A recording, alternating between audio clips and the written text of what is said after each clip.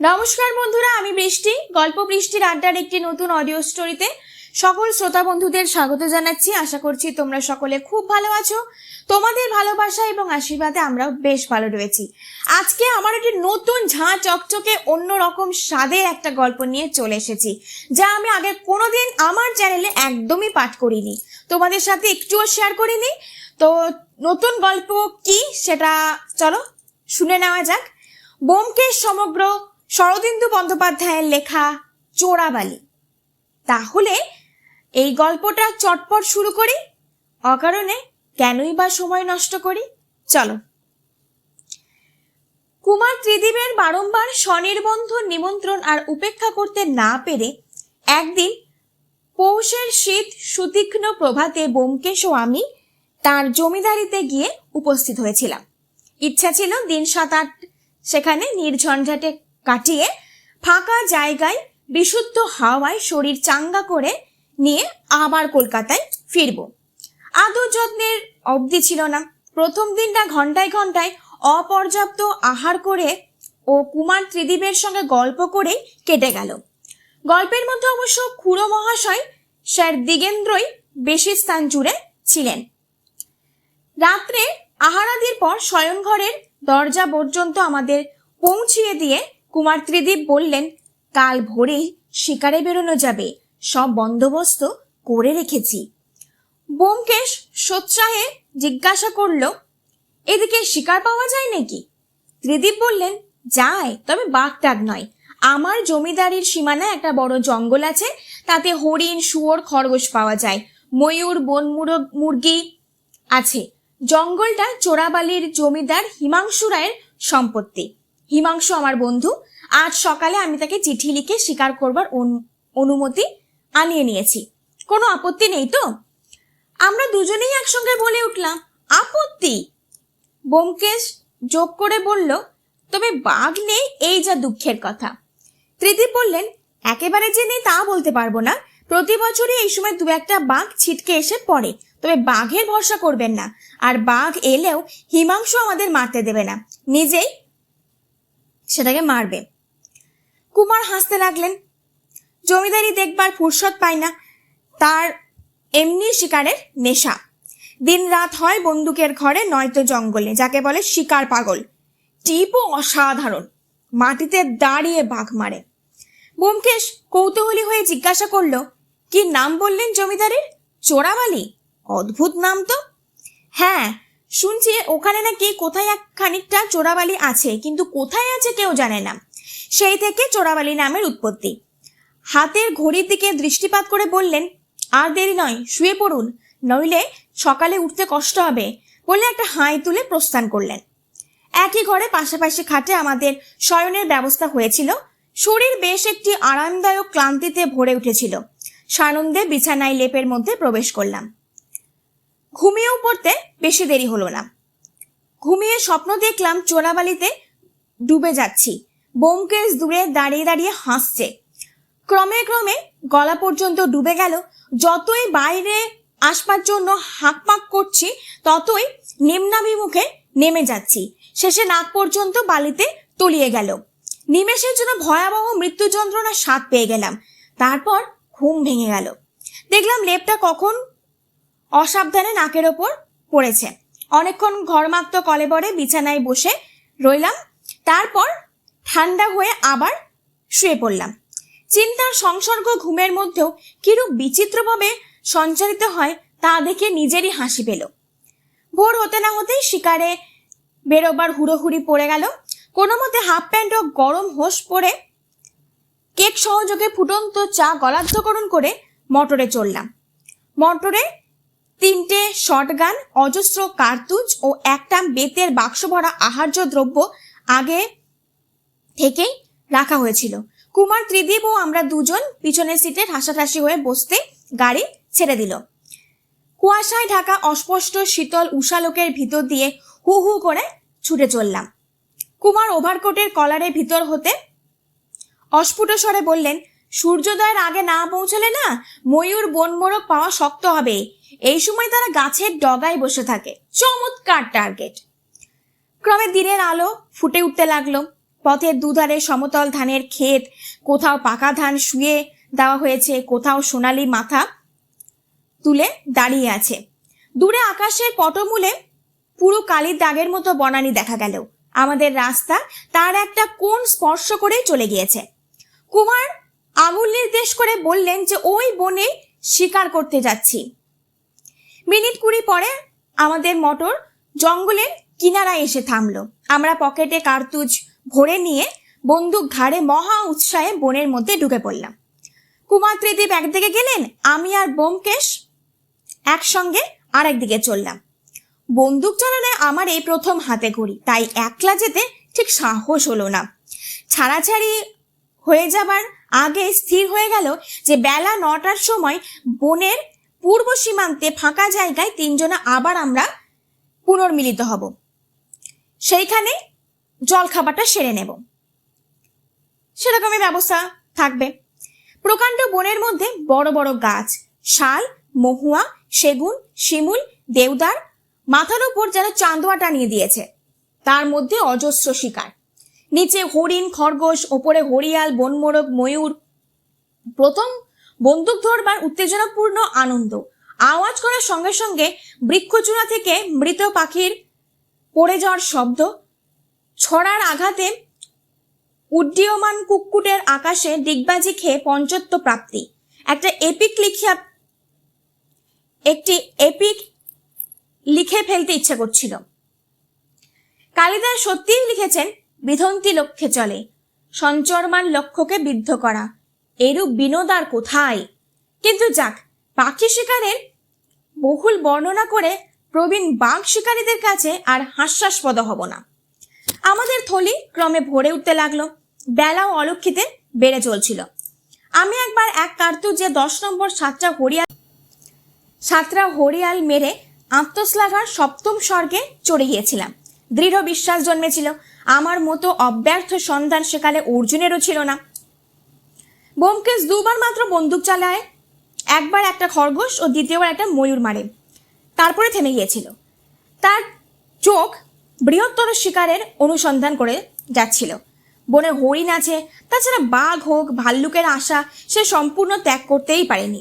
তাই যদিও মহুয়া গাছে তখনও ফল পাকেনি, তবু তার ভাল্লুকলুব্ধ মন সেই দিকেই সতর্ক হয়েছিল। কিন্তু বেলা যতই বাড়তে লাগলো, জঙ্গলে বাতাসের গুণে পেটের মধ্যে অগ্নিদেব ততই কিন্তু প্রখর হয়ে উঠতে লাগলো। আমরা তখন জঙ্গলের পূর্বসীমা লক্ষ্য করে চলতে শুরু করলাম। কুমার ত্রিদীপের বন্দুকের আওয়াজ দূর থেকে বরাবরই শুনতে পাচ্ছিলাম। এখন দেখলাম তিনিও পূর্ব দিকেই মোড় নিয়েছেন। বনভূমির ঘন সন্নিবিষ্ট গাছ ক্রমে পাতলা হয়ে আসতে লাগলো। অবশেষে আমরা রৌদ্রোজ্জ্বল খোলা জায়গায় নীল আকাশের তলায় এসে পৌঁছলাম।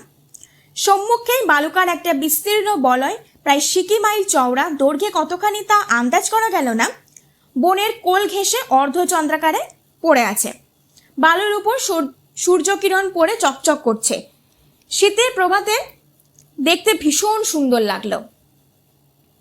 এই বালুবলয় জঙ্গলকে পূর্ব দিকে আর অগ্রসর হতে দেয়নি। কোনো সুদূর অতীতে হয়তো এটি একটি স্রোতস্বিনী ছিল। তারপর প্রাকৃতিক বিপর্যয়ে, হয়তো ভূমিকম্পে, খাদ উঁচু হয়ে জল শুকিয়ে গিয়ে শুষ্ক বালু প্রান্তরে পরিণত হয়েছে। আমরা বালুর কিনারায় বসে সিগারেট ধরালাম। অল্পকাল পরে কুমার ত্রিদীপ এসে উপস্থিত হলেন।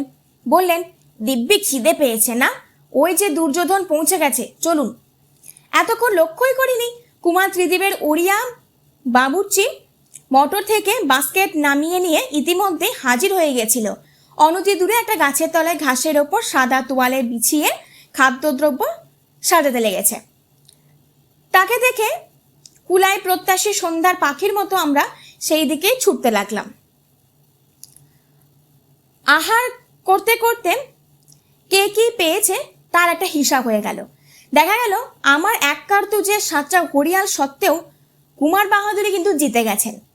আখণ্ড আহার ও অনুপান হিসাবে থার্মোফ্লাক্স থেকে গরম চা নিঃশেষ করে আবার সিগারেট ধরানো গেল।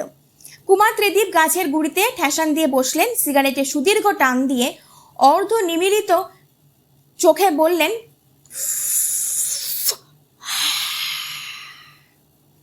এই যে বালুবন্ধ দেখছেন, এ থেকেই জমিদারির নাম হয়েছে চোরাবালি। এদিকটা সব হিমাংশু বলে পূর্ব দিক নির্দেশ করে হাতটা নাড়লেন। ব্যোমকেশ বলল, আমিও তাই আন্দাজ করেছিলাম। এই বালির ফালিটা লম্বায় কতখানি হবে? সমস্ত বনটাকে তো দেখছি ঘিরে আছে নাকি? কুমার বললেন, না না, মাইল তিনেক লম্বা হবে। তারপর আবার মাঠ শুরু হয়েছে। এর মধ্যে কোথায় এক জায়গায় খানিকটা নাকি চোরা বালি আছে। ঠিক কোনখানটায় আছে সেটা কেউ জানে না, কিন্তু ভয়ে কোনো মানুষ বালির উপর দিয়ে হাঁটে না। এমনকি কোনো গরু, বাছুর, শেয়াল, কুকুর পর্যন্ত এটাকে এড়িয়ে চলে। ব্যোমকেশ তখন জিজ্ঞাসা করলো, বালিতে কোথাও জল নেই বোধহয়? কুমার অনিশ্চিতভাবে মাথা নাড়লেন, বলতে পারছি না। শুনেছি ওই দিকে খানিকটা জায়গায় জল আছে, তাও নাকি আবার সবসময় পাওয়া যায় না বলে দক্ষিণ দিকে যেখানে বালুর রেখা বেঁকে গিয়ে বনের আড়ালে অদৃশ্য হয়ে গেছে সেই দিকে আঙুল দেখালেন। এই সময় হঠাৎ অতি নিকটে বনের মধ্যে বন্দুকের আওয়াজ শুনে আমরা সকলে বেশ চমকিয়ে উঠলাম। আমরা তিনজনে এখানে রয়েছি, তবে আওয়াজটা করলো কে? বিস্মিতভাবে পরস্পরের মুখের দিকে চেয়ে এটাই ভাবছিলাম। এমন সময় একজন বন্দুকধারী লোক একটা মৃত খরগোশ কান ধরে ঝুলিয়ে ঝুলিয়ে জঙ্গল থেকে বের করে নিয়ে এলো। তার শরীরে রয়েছে যোধপুরি ব্রিচেস, মাথায় বয় স্কাউটের মতো খাকি টুপি, চামড়ার কোমরবন্ধে সারি সারি কার্তুজ আটা আছে। কুমার ত্রিদীপ উচ্চ হাস্য করে বললেন, আরে হিমাংশু, এসো এসো। খরগোশ মাটিতে ফেলে হিমাংশুবাবু আমাদের মধ্যে এসে বসলেন। বললেন, অভ্যর্থনা আমারই করা উচিত ছিল, তাই এখন করছি, বিশেষত এদেরকে। কুমার আমাদের পরিচয় করে দিলেন। তারপর হাসি মুখে হিমাংশুবাবুকে দেখে বেশ ভালোই লাগলো এবং তিনি বললেন, তুমি বুঝি আর লোভ সামলাতে পারলে না? কিংবা ভয় হলো পাছে তোমার সব বাঘকে আমি নিজেরাই মেরে ফেলি? হিমাংশুবাবু বললেন, আরে বলো কেন, মহা ফ্যাসাদে পড়া গেছে। আজই আমার ত্রিপুরায় যাবার কথা ছিল, সেখান থেকে শিকারের নেমন্তন্ন পেয়েছি, কিন্তু যাওয়া হলো না। দেওয়ানজি আটকে দিলেন।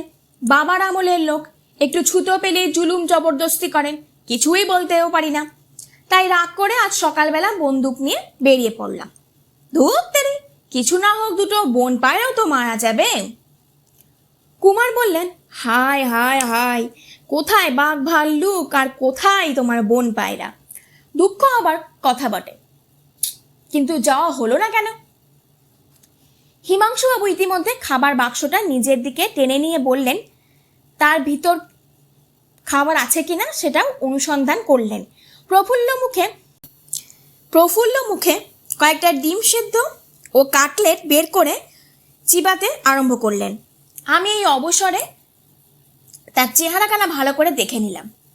বয়স আমাদেরই সমান হবে, বেশ মজবুত পেশিপুষ্ট দেহ, মুখে আবার একজোড়া উগ্র জার্মান গোপ মুখখানাকে অনাবশ্যক রকম হিংস্র করে তুলেছে। চোখের দৃষ্টিতে পুরনো বাঘ শিকারীর নিষ্ঠুর সতর্কতা সর্বদাই উঁকিঝুঁকি মারছে। এক নজর দেখলে মনে হয় লোকটা ভীষণ দুর্দান্ত, কিন্তু তবু বর্তমানে তাকে পরম পরিতৃপ্তির সাথে অর্ধমুদিত নেত্রে কাটলেট চিবাতে দেখে আমার মনে হলো চেহারাটাই তার সত্যই পরিচয় নয়। বস্তুত লোকটি অত্যন্ত সাধাসিধে, অনাড়ম্বর, মনের মধ্যে কোনো মার প্যাঁচ নাই। সাংসারিক বিষয়ে হয়তো একটু অন্যমনস্ক। নিদ্রায় জাগরণে নিরন্তর বাঘ ভাল্লুকের কথা চিন্তা করেই বোধ করি বুদ্ধিটাও সাংসারিক ব্যাপারের অনুপযোগী হয়ে পড়েছে। কাটলেট ও ডিম শেষ করে চায়ের ফ্লাস্কে চুমুক দিয়ে হিমাংশুবাবু বললেন, কি বললে, যাওয়া হলো না কেন? নেহাত বাজে কারণ, কিন্তু দেওয়ানজি ভয়ানক ভাবনা শুরু করেছিল। পুলিশকেও খবর দেওয়া হয়েছে, কাজেই অনির্দিষ্টকালের জন্য আমাকে এখানে ঘাঁটি আগলে বসে থাকতে হবে। তার কণ্ঠস্বরে বিরক্তি ও অসহিষ্ণুতা স্পষ্ট হয়ে উঠল। হয়েছে কি? হয়েছে আমার মাথা। জানো তো, বাবা মারা যাওয়ার পর থেকে গত 5 বছর ধরে প্রজাদের সঙ্গে অনবরত মামলা মকদ্দমা চলছে। আদায় তসলিলও ভালো হচ্ছে না। এই নিয়ে অষ্টপ্রহর অশান্তি লেগেই আছে। উকিল মোক্তার পরামর্শ, সেসব তো তুমি জানোই। যা হোক, মোক্তার নামা দিয়ে একরকম নিশ্চিন্ত হয়ে গিয়েছিলাম। এমন সময় আবার একটা নতুন ফ্যাচাং এসে হাজির হলো। মাস কয়েক আগে বেবির জন্য একটা মাস্টার রেখেছিল, সে হঠাৎ পরশুদিন থেকে নিরুদ্দেশ। যাওয়ার সময় নাকি খান কয়েক পুরনো হিসেব এর খাতা নিয়ে গেছে, তাই নিয়ে একেবারে তুলকালাম কাণ্ড। থানা পুলিশ হই হই রই রই বেঁধে গেছে। দেওয়ানজির বিশ্বাস এটা আমার মামলাবাজ প্রজাদের একটা মারাত্মক প্যাঁচ। ব্যোমকেশ জিজ্ঞাসা করলো, লোকটা এখনো ধরা পড়েনি? বিমর্ষভাবে ঘাড় নেড়ে হিমাংশুবাবু বললেন, না। এবং যতক্ষণ না ধরা পড়ছে, হঠাৎ থেমে গিয়ে কিছুক্ষণ বিস্ফারিত চোখে ব্যোমকেশের দিকে চেয়ে থেকে বলে উঠলেন, আরে এটা এতক্ষণ আমার মাথাতেই ঢোকেনি। আপনি তো একজন বিখ্যাত ডিটেকটিভ, চোর ডাকাতের সাক্ষাৎ জম। ব্যোমকেশ মৃদুস্বরে বলল, না না, আমি ডিটেকটিভ না, আমি সত্যান্বেষী।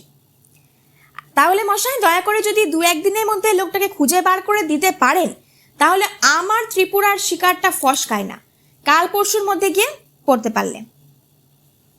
আমরা সকলে হেসে উঠলাম। কুমার ত্রিদীপ বললেন, চোরের মন পুঁইয়া দাঁড়ে, তুমি বুঝি কেবল শিকারের কথাই ভাবছো? ব্যোমকেশ বলল, আমায় কিছু করতে হবে না, পুলিশে খুঁজে বার করতে পারবে। এসব জায়গা থেকে একেবারে লোপাট হয়ে যাওয়া সম্ভব নয়, কলকাতা হলেও বা কথা ছিল। হিমাংশুবাবু মাথা নেড়ে বললেন, পুলিশের কর্ম নয়, এই 3 দিনে সমস্ত দেশটা তারা তোল পার করে ফেলেছে। কাছাকাছি যত রেলওয়ে স্টেশন আছে সব জায়গায় পাহারা বসিয়েছে, কিন্তু এখনো তো কিছুই করতে পারলে না। দোহাই ব্যোমকেশবাবু, আপনি কেসটা হাতে নিন, সামান্য ব্যাপার, আপনার 2 ঘন্টাও সময় লাগবে না। ব্যোমকেশ তার আগ্রহের আতিশয্য দেখে মৃদু হেসে বললেন, আচ্ছা, ঘটনাটা আগাগোড়া বলুন তো শুনি একটু। হিমাংশুবাবু সাক্ষাতে হাত উল্টায়ে বললেন, আমি কি সব জানি চাই? তার সঙ্গে বোধহয় সাকুল্যে 5 দিনও দেখা হয়নি। যা হোক, যতটুকু জানি সেটাই বলছি, শুনুন। কিছুদিন আগে, বোধহয় 1-2 মাস হবে, একদিন সকালবেলা একটা ন্যালা খেপা গোছের ছোকরা আমার কাছে এসে হাজির হলো। তাকে আগে কখনো দেখিনি, এ অঞ্চলের লোক বলেও বোধ হলো না। তার গায়ে একটা ছেঁড়া কামিজ, পায়ে ছেঁড়া চটি জুতো, রোগা বেঁটে দুর্ভিক্ষ পীড়িত চেহারা, কিন্তু কথাবার্তা শুনে মনে হয় শিক্ষিত। বললে চাকরির অভাবে সে খেতে পাচ্ছে না, যাও একটা চাকরির ব্যবস্থা করে দিতে হবে। জিজ্ঞাসা করলাম, কি কাজ করতে পারো? পকেট থেকে বিএসসি ডিগ্রি বার করে দেখিয়ে বললে, যে কাজ দেবেন তাই করব। ছোকরার অবস্থা দেখে আমার একটু দয়া হলো, কিন্তু কি কাজ দেব? সে রাস্তায় তো একটা জায়গাও খালি নেই। ভাবতে ভাবতে মনে পড়লো আমার মেয়ে বেবির জন্য একটা মাস্টার রাখবার কথা। গিন্নি অনেকদিন আগে থেকেই বলেছিলেন। বেবি সাথে পড়েছে, সুতরাং তার পড়াশোনার দিকে এবার একটু বিশেষভাবে দৃষ্টি দেওয়া দরকার। তাকে মাস্টার বহাল করল। কারণ অবস্থায় যাই হোক, ছোকরা শিক্ষিত ভদ্র সন্তান। বাড়িতেই বাইরের একটা ঘরে তার থাকবার ব্যবস্থা করলাম। ছোকরা কৃতজ্ঞতায় একেবারে কেঁদে ফেলল। তখন কে ভেবেছিল যে নাম নাম যতদূর মনে পড়ছে হরিনাথ চৌধুরী, ওই কায়স্থ। যা হোক, সে বাড়িতেই থেকে গেল, কিন্তু আমার সঙ্গে বড় একটা দেখা সাক্ষাৎ হতো না। বেবিকে 2 বেলা পড়াচ্ছে, এই পর্যন্তই আমি জানতাম। হঠাৎ সেদিন শুনলাম ছোকরা কাউকে না বলে কবে উধাও হয়ে গেছে। উধাও হয়েছে হয়েছে, আমার কোনো আপত্তি ছিল না, কিন্তু মাঝখান থেকে কতগুলো বাজে পুরনো হিসেবের খাতা নিয়ে গিয়ে আমার সর্বনাশটা করে গেল। এখন তাকে খুঁজে বার না করা পর্যন্ত আমার নিস্তার নেই। হিমাংশুবাবু নীরব থাকলেন। ব্যোমকেশ ঘাসের ওপর লম্বা হয়ে শুয়ে শুনছিল। কিছুক্ষণ চুপ করে থেকে জিজ্ঞাসা করলাম, ছোকরা খেত কোথায়? হিমাংশুবাবু বললেন, আমার বাড়িতেই খেত, আদর যত্নে কোনো ত্রুটি ছিল না। বেবির মাস্টার বলে গিন্নি তাকে নিজে। এই সময় পিছনে একটা গাছের মাথায় ফটফট শব্দ শুনে আমার মাথা তুলে দেখলাম একটা প্রকাণ্ড বনমোরগ নানা বর্ণের পুচ্ছ ঝুলিয়ে এক গাছ থেকে অন্য গাছে উড়ে যাচ্ছে। গাছ দুটোর মধ্যে ব্যবধান 30 হাতের বেশি হবে না, কিন্তু নিমেষের মধ্যে বন্দুকে ব্রিজ খুলে টোটা ভরে হিমাংশুবাবু ফায়ার করলেন। পাখিটা অন্য গাছ পর্যন্ত পৌঁছতেও পারল না, মাঝখানেই ধপ করে মাটিতে পড়ে গেল। আমি সবিষয়ে বলে উঠলাম, কি অদ্ভুত টিপ মশাই আপনার। ব্যোমকেশ সপ্রশংস নেত্রে চেয়ে বলল, সত্যি অসাধারণ। কুয়া ত্রিদীপ বললেন, ও আর কি দেখলেন, ওর চেয়েও ঢের বেশি আশ্চর্য বিদ্যে ওর পেটে আছে। হিমাংশু, তোমার সেই শব্দবেদী প্যাঁচটা একবার দেখাও না। আরে না না, এখন ওসব থাক, চলো আর একবার জঙ্গলে ঢোকা যাক। সে হচ্ছে না, ওটা দেখাতেই হবে, নাও চোখে রুমাল বাঁধো। হিমাংশুবাবু হেসে বললেন, কি ছেলে মানুষই দেখুন দেখি, ও একটা বাজে ট্রিক, আপনারা কতবার দেখেছেন। আমরাও কৌতূহলী হয়ে বললাম, তা হোক, আপনাকে দেখাতে হবে। তখন হিমাংশুবাবু বললেন, আচ্ছা দেখাচ্ছি, কিছুই নয়, চোখ বেঁধে কেবল শব্দ শুনে লক্ষ্যভেদ করো। বন্দুকে একটা বুলেট ভরে বললেন, ব্যোমকেশবাবু আপনি রুমাল দিয়ে চোখটা বেঁধে দিন, কিন্তু দেখবেন কান দুটো যেন খোলা থাকে। ব্যোমকেশ রুমাল দিয়ে বেশ শক্ত করে তার চোখ দুটো বেঁধে দিল। তখন কুমার ত্রিদীপ একটা চায়ের কাপ নিয়ে তার হাতলে একটা সুতো খানিকটা বেঁধে দিলেন। তারপর পা টিপে টিপে গিয়ে যাতে হিমাংশুবাবু বুঝতে না পারে তিনি কোন দিকে যাচ্ছেন, আর 25 হাত দূরে একটা গাছের ডালে সে কাপটা ঝুলিয়ে দিলেন। ব্যোমকেশ বলল, হিমাংশুবাবু এবার শুনুন। কুমার ত্রিদীপ চামচ দিয়ে ওই কাপটায় আঘাত করলো, ঠুং করে একটা শব্দ হলো। হিমাংশুবাবু বন্দুক কোলে নিয়ে যেদিক থেকে শব্দটা আসলো সেই দিকে পুরো ঘুরে বসলেন। বন্দুকটা এবার তুললেন, তারপর বললেন, আরেকবার বাজাও তো। কুমার ত্রিদীপ আরেকবার শব্দ করে ক্ষিপ্র পদে সরে আসলো। শব্দের রেশ সম্পূর্ণ মিলিয়ে যাবার আগেই বন্দুকের আওয়াজ হলো। দেখলাম ওই কাপটা ভেঙে চূর্ণ বিচূর্ণ হয়ে গেল, কেবল তার ওই ডাঁটিটা ডাল থেকে ঝুলছে। মুগ্ধ হয়ে গেলাম। পেশাদার বাজিকরের সাজানো নাট্যমঞ্চে এরকম খেলা দেখা যায় বটে, কিন্তু তার মধ্যে অনেক রকম জুয়োচুরি আছে। এ একেবারে যে নির্ভেজাল খাঁটি জিনিস। হিমাংশুবাবু চোখের রুমাল খুলে ফেললেন, হয়েছে তো? আমাদের মুক্তকণ্ঠ প্রশংসা শুনে তিনি একটু লজ্জিত হয়ে পড়লেন। ঘড়ির দিকে তাকিয়ে উঠে দাঁড়ালেন, বললেন, ও কথা থাক, আপনাদের সুখ্যাতি আর বেশিক্ষণ শুনলে আমার গণ্ডদেশ ক্রমে বিলিতি বেগুনের মতো লাল হয়ে উঠবে। এখন উঠুন, চলুন ইতর প্রাণীদের বিরুদ্ধে আর একবার অভিযানে বেরোনো যাক। বেলা 1:30টার সময়। বন্ধুরা, আজকের মতো এই পর্বটা এখানেই শেষ করলাম।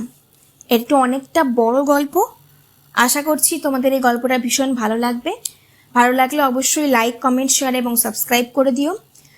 নোটিফিকেশন বেলটা অন করো। খুব শিগগিরই এই গল্পের 2য় পর্ব নিয়ে হাজির হয়ে যাব।